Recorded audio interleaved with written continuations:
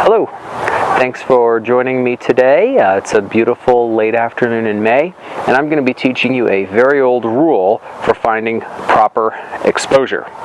So we're outside and it's late afternoon, which means we've got that really low angular sun. We're getting a lot of shade. It's not really bright direct light. And we're going to work with manual exposure because for reasons that we've explored a little bit before and we'll explore in future videos, we shoot in manual in order to escape using our camera's meter, because our camera's meter fluctuates and is always at least somewhat inaccurate, sometimes by a little, sometimes by a lot. But that inaccuracy and that inconsistency mean that we want to build our own exposures. And so that's what we're going to do right here. And we're going to totally ignore the camera's meter, and we're going to use a very simple tool that I've got readily at my disposal for finding proper exposure, and that's going to be my grass.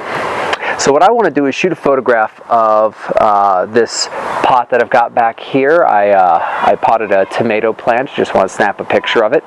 And what I'm going to use is the grass. You may have heard of something that's called using 18% gray to find exposure. Now the gray part refers to finding proper white balance, which we've done in previous videos. But the 18% is how deeply toned it is. That talks about how bright or luminous we're exposing for. And it just turns out that grass evens out to 18%, not gray, but green. And since we're not basing white balance off of this, we're only basing exposure, that's totally fine for our purposes. So if I want to build a proper exposure in this environment, all I have to do is point my camera straight at the grass and then build an exposure where that looks perfect. And in this light, as I'm working with it, it says that f4, 1/125th of a second, ISO 100, is a perfect exposure. So if I take that exposure, I shoot a photograph of the grass, as you can see, it looks totally fine.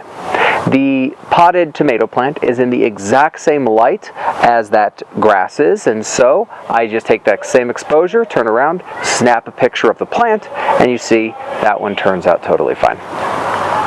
So things that we can use for building a proper exposure. If we have an 18% gray card, of course that will work, but just the grass that you have at hand will work as well. And as long as that grass is in the same amount of light as your subject, you will have a proper exposure.